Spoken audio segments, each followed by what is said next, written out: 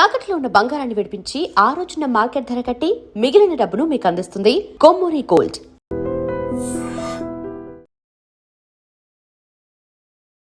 నమస్కారం, welcome to IT media. నేను మీ సంగీత. ప్రియురాలి యొక్క ఫోన్ నెంబరు బ్లాక్ చేశాడని చెప్పేసి డైరెక్ట్ ప్రియుడి దగ్గరికే వెళ్ళి కత్తితో పొడిచి అతన్ని హతమర్చడం జరిగింది.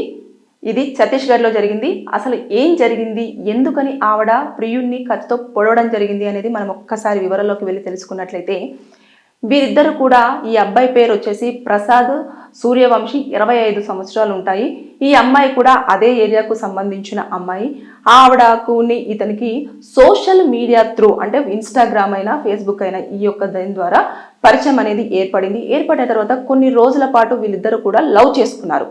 చేసుకున్న నేపథ్యంలో ఎప్పుడైనా సరే కొన్ని రోజుల పాటు చాలా బ్యూటిఫుల్గా ఉంటుంది. ఒకరినొకరు అర్థం చేసుకోవడం కానివ్వండి, ఒకరితో ఒకరు విషయాలు షేర్ చేసుకోవడం కానివ్వండి, ఇలాంటివన్నీ. ఎప్పుడైతే కొంచెం కొంచెం టైం అనేది ఇవ్వడం తగ్గుతూ వస్తుందో అప్పుడు అనుమానం అనేది స్టార్ట్ అవుతుంది. అనుమానం స్టార్ట్ అయిన తర్వాత ఈ అమ్మాయి కూడా అలాగే కొంచెం కొంచెం ఎక్కడున్నావు ఏంటి అని చెప్పేసి క్వశ్చన్ చేయడం వల్ల అతను ఏం చేశాడంటే, ఈ అమ్మాయి నాకు సెట్ అవ్వట్లేదు అని చెప్పేసి, ఇక తినను వదిలించుకోవాలి అని చెప్పేసి అనుకున్నాడు. ఇమీడియట్గా తన దగ్గర నుంచి ఎలాంటి కాంటాక్ట్ ఉండకూడదు అన్న ఉద్దేశంతో తన నెంబర్ అంతా కూడా ఇతని కాంటాక్ట్ లిస్ట్లో బ్లాక్ చేయడం జరిగింది. ఇక అతను ఎక్కడైతే ఉంటున్నాడో ఆ ప్లేస్కు ఈ అమ్మాయి డౌట్ని వెళ్ళేసి, నువ్వు ఎందుకు నా నెంబర్ బ్లాక్ చేశావు అని చెప్పేసి అడగడంతో పాటు, ఫోన్ తీసుకొని చాట్ ఓపెన్ చెయ్యు, ఎవరితో చాట్ చేస్తున్నావు, నన్ను ఎందుకు బ్లాక్ చేశావు అని చెప్పేసి చాలా వరకు వారిద్దరి మధ్యలో కూడా కొంచెం సేపటి పాటు ఘర్షణ వాతావరణం నెలకొన్నది. అయినప్పటికీ కూడా అతను చూపించకపోయేసరికి ఆల్రెడీ ముందుగానే ప్రిపేర్ అయిపోయి వచ్చిన ఆవిడ ఏం చేసిందంటే, తనతో పాటు తీసుకొచ్చుకున్న కత్తితోటి ఇమీడియట్గా తనతో దాడి చేయడము, ఆ దాడిలో అతను అక్కడికక్కడే మరణించడం అనేది జరిగిపోయింది. ఈ కేసులో చూసినట్లయితే అక్కడ అబ్బాయి అయినా అమ్మాయి అయినా కూడా మర్డర్ చేయడం జరిగింది కాబట్టి మర్డర్ కేసు కిందనే దీన్ని కన్సిడర్ చేస్తారు. 7 ఏళ్ల పాటు కూడా జైలు శిక్ష ఉంటుంది. ఆ అమ్మాయిని ఇమీడియట్గా పోలీసులు ఏం చేస్తారంటే, అక్కడ ఆల్రెడీ ఎవిడెన్సెస్ అన్ని కూడా చాలా క్లియర్గా ఉన్నాయి.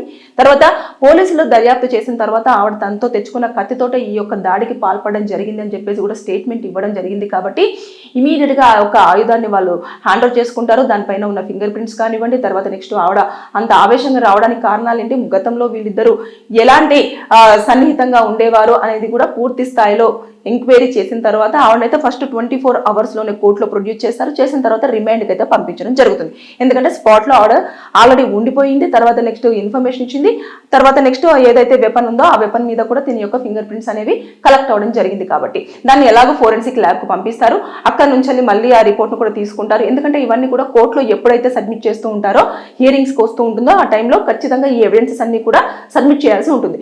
ఇది మర్డర్ కేసు కాబట్టి వితిన్ 30 డేస్ 30 to 90 డేస్లో కంపల్సరీగా పోలీసులు షార్ట్ షీట్ అనేది ప్రిపేర్ చేయాలి. అంటే ఈ యొక్క ఇద్దరు కూడా సోషల్ మీడియాలో ఎన్ని రోజుల పాటు ట్రావెల్ చేశారు, తర్వాత ప్రేమ ఎప్పుడు స్టార్ట్ అయ్యింది, తర్వాత నెక్స్ట్ వీరిద్దరి కూడా, ఈ అబ్బాయికి 25 ఇయర్స్, మరి ఆ అమ్మాయికి 22 ఇయర్స్ కాబట్టి వీళ్ళిద్దరు మేజర్సే. కాబట్టి మరి ఇంట్లో ఈ విషయం తెలుసా లేదా, వీరిద్దరు ఒకరింటికి ఒకరు రావడము ఇలాంటివన్నీ తెలుసా లేదా, లేదంటే వాళ్ళ పేరెంట్స్ ఎప్పుడైనా హెచ్చరించడం జరిగిందా, ఇవన్నీ ఈ మధ్య కాలంలో చాలా మంది పేరెంట్స్కి చెప్పే నాకు ఫ్రెండ్ అని చెప్పేసి ఇలాంటివి చేస్తూ ఉన్నారు. కాబట్టి దాని నుంచి కూడా స్టేట్మెంట్ కలెక్ట్ చేస్తారు. షార్ట్ షీట్ అనేది ప్రిపేర్ చేయడం జరుగుతుంది.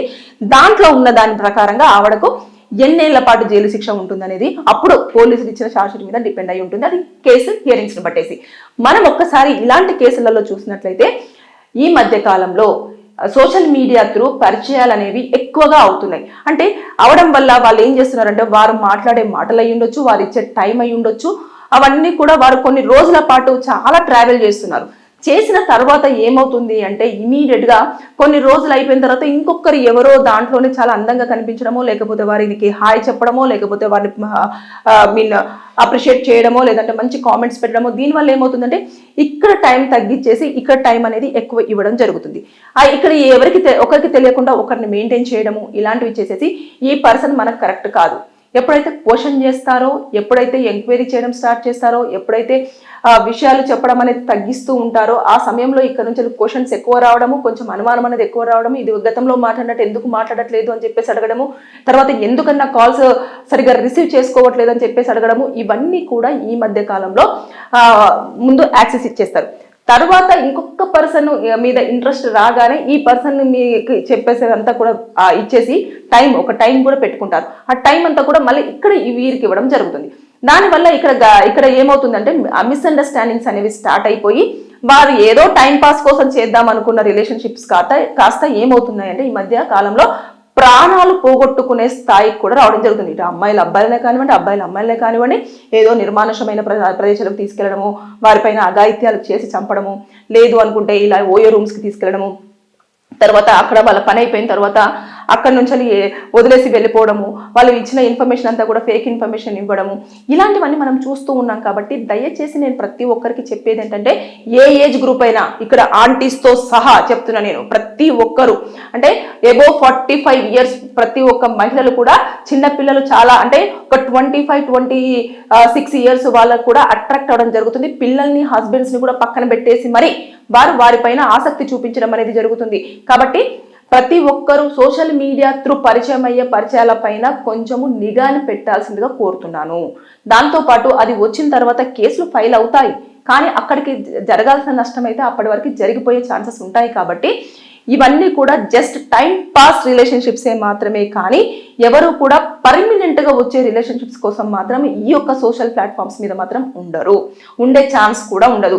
ఎందుకంటే అబ్బాయిలకు కానివ్వండి, అమ్మాయిలకు కానివ్వండి ఒక మైండ్ సెట్ ఉంటుంది. అదేంటనంటేను ఎప్పుడైతే సోషల్ ప్లాట్ఫామ్స్ మీద ఉంటారో వీళ్ళు చిల్డ్గా ఏదో టైం పాస్ లేదంటే ఏదో లైట్ తీసుకుంటారో అని చెప్పేసి అనుకుంటారు. కానీ ఎప్పుడైతే ఆ రిలేషన్షిప్ స్ట్రాంగ్ ఉంటుందో, అంటే ఒకరు లవ్ అనేది చాలా స్ట్రాంగ్గా ఉంటుంది, ఒకరిది చాలా టైం పాస్గానే ఉంటుంది, అప్పుడు వాళ్ళు ఏం చేస్తారు అని అంటే వీళ్ళను ఓన్ చేసేసుకుంటారు. అరే నా పర్సన్ అని చెప్పేసి అనుకున్నప్పుడు వీళ్ళు ఏం చేస్తారంటే ఇది సోషల్ మీడియాలో ఊరికే ఇలా చేసింది కదా, అలా చేసింది కదా అని చెప్పేసి అప్పుడు ఏం చేస్తారు అంటే ఇవన్నీ క్వశ్చన్ చేస్తూ ఉంటారు.